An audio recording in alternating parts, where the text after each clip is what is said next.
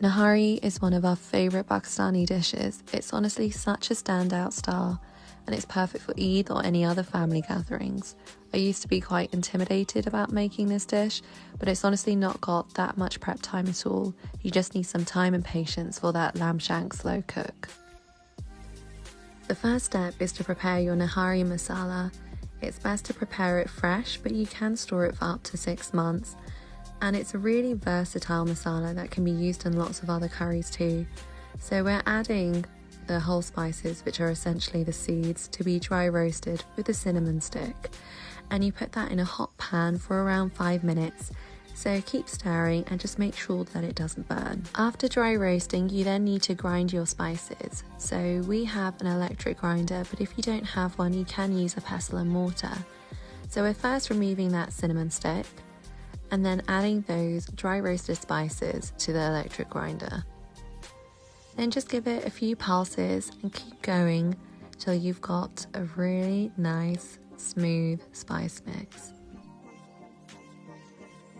I'm then trying to crush up those cinnamon sticks, and as you can see, they're just flying everywhere. And that's your Nihari mix done. So then next, finely chop some onions. Add butter or some desi ghee, ideally, to a hot pan. And then add those onions in, and you want to cook them till they're golden brown.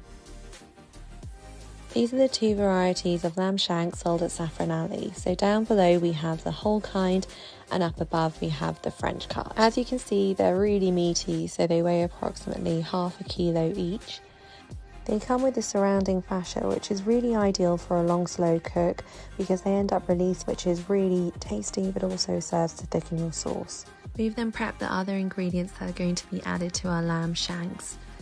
We've got golden brown onions, as you can see, and we're adding those lamb shanks along with the ginger, garlic, turmeric, coriander powder and salt. Give that a good stir and let it cook and saute for around 5 minutes. Finally, we have the star of the show, the Nihari mix that we've made, which you then add along with your cups of water that have been measured out.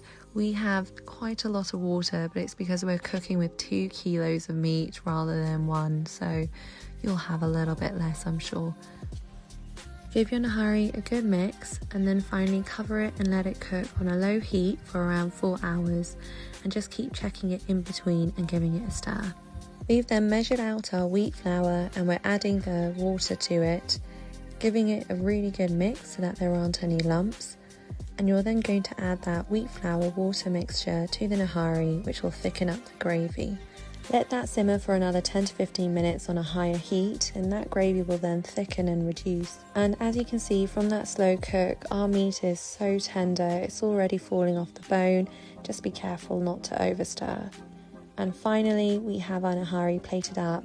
We've got some coriander, ginger and lemon to garnish. As always, let us know if you've enjoyed this recipe and please tag us in your creations. Enjoy!